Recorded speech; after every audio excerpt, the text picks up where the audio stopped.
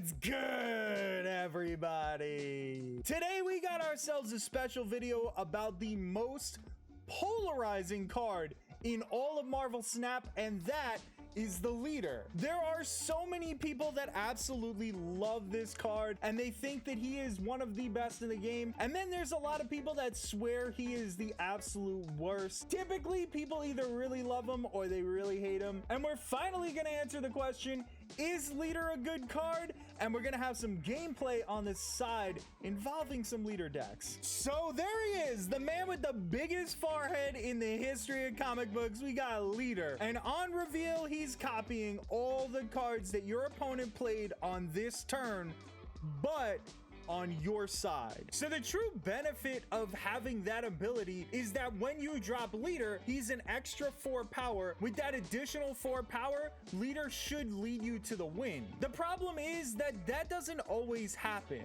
You see, leader is a really fun card. He's a really interesting card, but he's truly at the core a utility card. He's best used in a situational manner because there's plenty of cards that your opponent is going to play on that last turn that makes him a hit or miss type of card. And in this video, we're going to go over each of those situations with the most important cards that are usually played on the 6th turn, and we're going to go over the pros and cons of leader, and I'm going to explain how I really feel about him and how you're supposed to build the deck around him and why it can be a little bit of a difficult task. So let's kind of start with the cons of the card. Who is leader really bad against? Well, number one, he's kind of bad against a lockjaw deck because most of the time your opponent is playing their small creatures and bringing out their bigger ones through lockjaw. If you play leader during those periods of time, you're going to basically copy the small creatures, put them on your side of the board while he's swapping them out for bigger ones. Leader is absolutely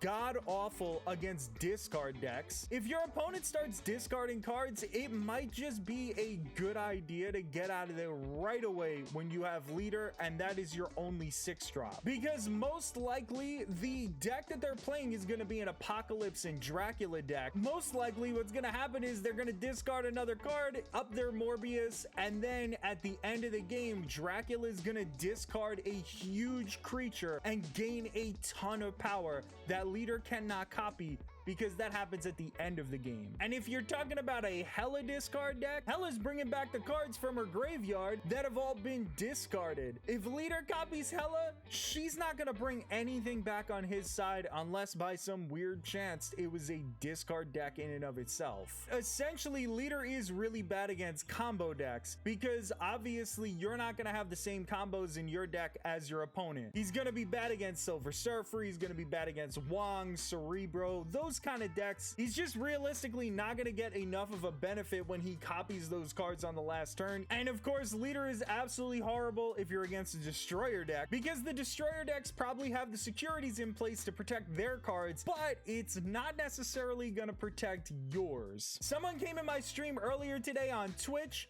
I'll leave that link in the description below, and they had never seen destroyer before. Leader copied their destroyer and absolutely annihilated all the cards on his side of the board and ended up losing him the game. And the last big card that I wanted to talk about that leader is bad against is Taskmaster. 9 times out of 10 when your opponent plays Taskmaster on that last turn, their Taskmaster copies something with a massive amount of power, and then your Taskmaster ends up copying somebody with like 3 power. It's an absolutely heart-wrenching experience. Now we went over the cards that he's bad against and the decks that he's bad against, but leader is amazing against these big power drops. Opponents that are going to drop some big cards at the end like Death Wave decks or She-Hulk wave decks or Death She-Hulk wave decks, those are all the meta right now, and leader does an amazing job against them because you're going to drop him on that 6th turn and he's going to have that 4 extra power, and he's going to copy all those big cards into the same exact locations, so they're just going to basically nullify each other's power, and leader's going to have that extra 4 and you're going to end up winning. Because that's the meta at the moment, we have to weigh that in leader's favor in a big way. Yes, all those other decks that we talked about are decks that people play, but the main one that we see all the time is this Death Wave deck that leader ends up kind of ruining their last turn play. Leader also kind of surprisingly works works against Magneto, because most of the time your opponent is just calculating who they're gonna drag into your locations, but they're not thinking that you're gonna copy Magneto and start dragging their cards into their locations. And a lot of times it's kind of 50-50 whether or not you win, but honestly, it feels like it's a lot more than a 50-50 chance, because the opponent didn't expect that or see that coming at all, and neither did you really. So Leader ends up winning you the match because he created Magneto, had the extra 4 power, plus created chaos all over the board. And in a similar fashion, he's gonna do something like that with Arrow, where things are just gonna get shifted around, things are gonna go crazy because he ends up copying Arrow, and you never know who's gonna win at that point. It becomes just a Leader lottery. So now that we determined that Leader is actually really kind of bad against a lot of different decks, but he is really good against the meta decks, how do we proceed with Leader? How do we put together a deck around him that's gonna make sense? Well, my personal #1 rule with Leader is that there has to be another 6-drop present in the deck, one that could potentially be a win condition on their own. Maybe a card like Magneto or Doctor Doom, or maybe even She-Hulk. A secondary 6-drop that could potentially win you a game on their own is essential to having Leader in your deck, because the only way that you can really win with Leader is if you're already in the lead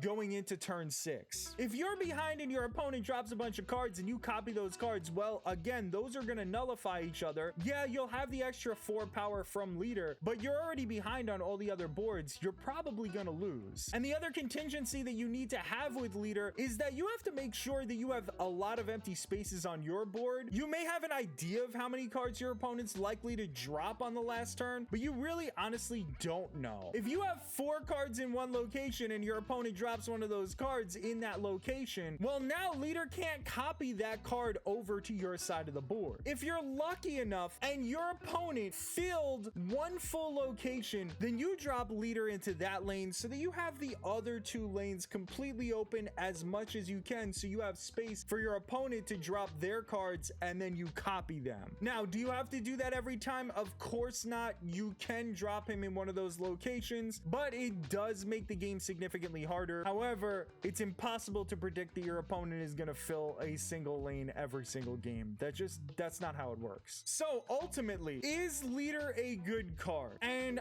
honestly, I feel like the answer is sometimes. He really truly is one of the most situational cards in Marvel Snap. He is a ton of fun to play, and I think that's why there's so many people out there that love him so much. He's going to absolutely drive your opponents crazy when you end up winning with Leader as a result of copying all their cards. However, if the copy goes completely wrong, then you are screwed over and you pretty much automatically lose that match. But sometimes when I'm facing him, he just shoves that dagger right in my heart. Leader is an insane card in those spots. Hopefully this video helped you figure out how exactly to utilize Leader, and I would strongly encourage you to try him out and to form your own opinion if you think he's a good card or a bad card. For me personally, I kind of think he's just in the middle, and I think that's why so many people have a problem with him, and that's why so many people argue about whether or not he's a good card. I don't think he's a particularly bad card. I don't think he's a particularly great card. If you enjoyed this video, please